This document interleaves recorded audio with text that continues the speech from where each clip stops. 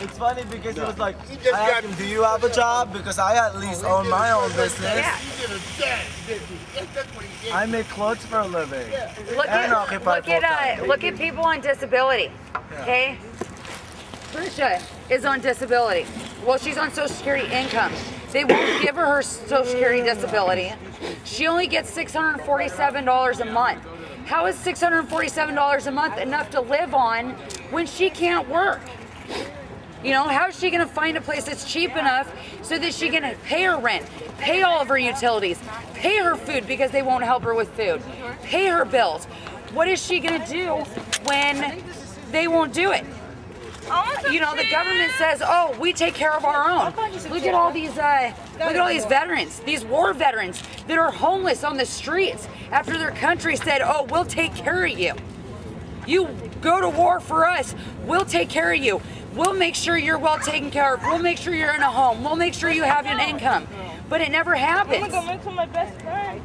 One of my best friends is severely physically and mentally disabled after an accident overseas fighting for our country.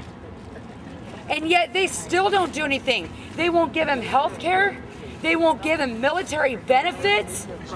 But he was injured because of him fighting for our country. How is that fair?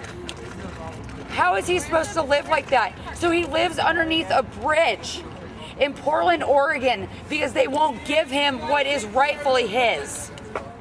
They do not take care of their veterans. No, they don't. I know. I went through the same shit. Oh yeah. It's like they promise all these things. My friend Keith just got back from Japan. Being overseas, he's a Marine. Yet he's so in debt. Oh no, that's mine. Even after all the money they promised him. He just had a baby girl. He can't take care of his family because they don't provide for their soldiers that go to war to protect a country that I can't even say is a country. You know what? The whole proud to be an American thing. You know what? I am not proud to be an American in the United States with the way that it is. I am not proud to call this my country when people are being treated the way that they are. They don't treat the people of this country right. Exactly. So why would you be prideful about it? Exactly. How am I going to have pride in my country? I'm proud to be American. I'm an active duty soldier, and they do take care of us overseas. Maybe overseas, but what happens when you come home? I'm home, and I'm going back. They take care of us. I just come home. I'm not going to be proud to be part of this country until things change. You know, I look at the money that is sent overseas for kids overseas. I look at the money that's sent and spent on all these other countries and all their problems. What about the problems here? What about the homeless here? What about the kids that are starving here? The kids that don't have homes, but they have all this money to spend on other countries? How does that make sense? The bags. It doesn't make sense at all. Our country is dying. It's starving because of everybody. That's what they're doing. Exactly. We're at $9.4 trillion in debt. Exactly. Amazing. Oh, 13.4, sorry. 13.4 trillion in debt. That was 4 months ago. Look at what they did up in Idaho. We had somebody come through, you know, some millionaire, whatever. I don't know. I don't remember who he was, but donated money to the city to build a homeless shelter that would house all of the people in the Coeur d'Alene area in housing instead of being out on the streets, to feed them, to clothe them. What did the city do with their money? Instead of spending it on the homeless people, feeding them, clothing them, building a shelter for them, they spent their money on the local police departments and things that needed to be fixed up around the city, instead of spending it for what it was supposed to be spent on. Why is it that they can't, for once, sit there and help people in need instead of just completely disregarding people? You know, how many people have to lose their homes, lose their jobs, lose everything they have, everything they love and own before enough is enough and they stop doing what they're doing?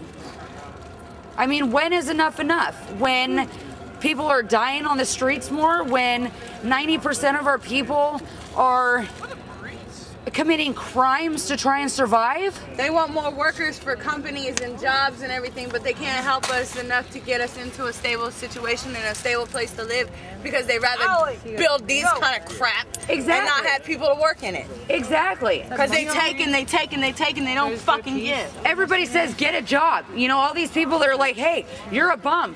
Get a job. Do this, do that. What job is there? I've been looking for work. Live on minimum wage. Exactly. I've been looking for work for 2 years, applying at every job I could. McDonald's, Denny's, bigger up, you know, call centers. Yet never once have I been able to find a job in the last 2 years.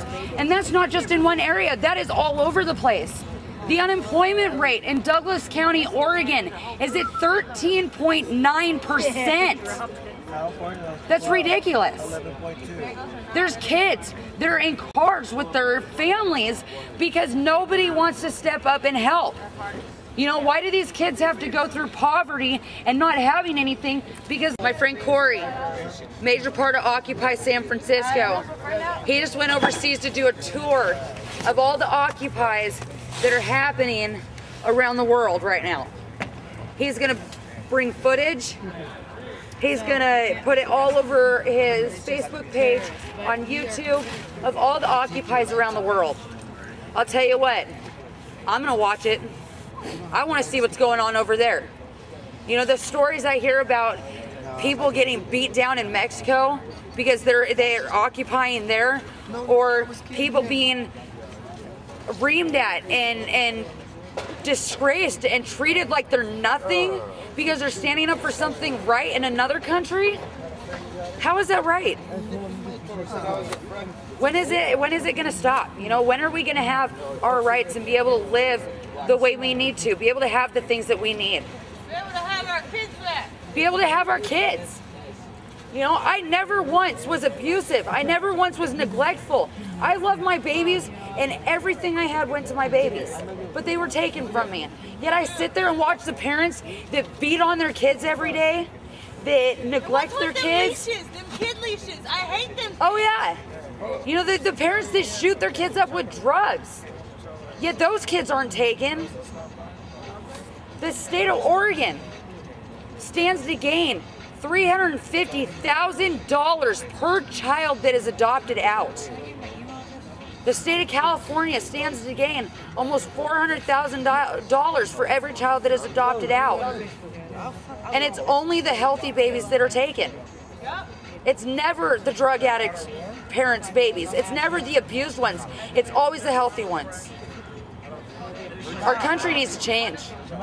You know, I would rather live in a tent, have everything that I need, you know, maybe not everything I want, but everything I need, and be happy, than to be in some mansion with every car I could think of, everything I could think of, an income that I could use every day, and be completely miserable. I'm done being miserable. You know, I'd rather be there to help my fellow people than to not. Oh, there you go. Yeah, I'll get you in. Yep. You got it? We want to watch it. My first two have already been adopted out. They're working on adopting out my baby I had last Valentine's Day. The state of Oregon says that if I have this baby in Oregon, they are taking my child from the hospital. That my baby is going to be born in Santa Monica, California, where I was born. And the state of California has already said, we will not take your child. Not unless there's reason to take that child. Exactly. The state of California, they have no idea why Oregon did what they did. The Oregon State Senator. Oh yeah. I've been in contact with the Oregon State Senator. His name is Jeff Cruz. And he is appalled at the way the country is being ran. He is appalled at the kids that are being taken. He is appalled at how families are being treated. But he's only one man. How is he going to change it all? We have to stand up for our rights. We have to stand up for what we believe in. And if we don't, then nothing's ever going to work. That is so Okay, I'll true. trade somebody Yep. a menthol cigarette for non-menthol cigarette. If we let them break us apart, and we let them break apart our stronghold in each other, then what are we accomplishing? We can't let them pull us apart, because that is what they're trying to do.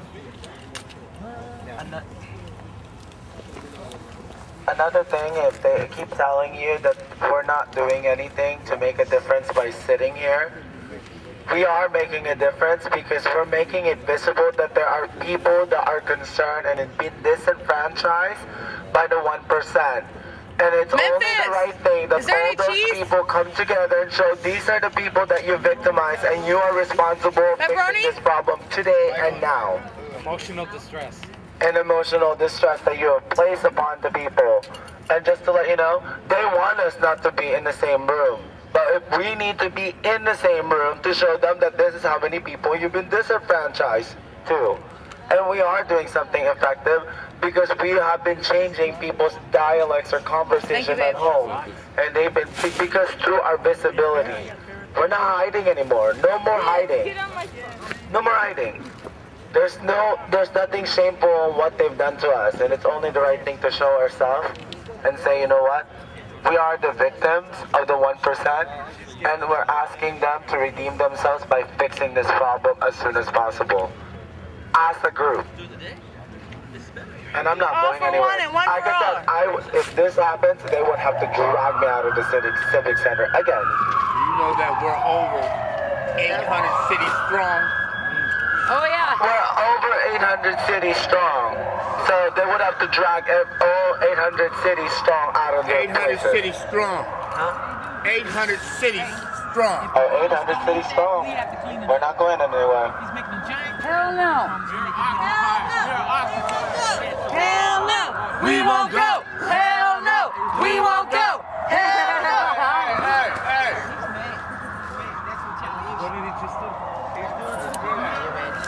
Because you know what? Wasn't bothering? Yeah, actually it's cappuccino. Cool. You know what? All I have to say, and you know what? This is my final thing that I have to say.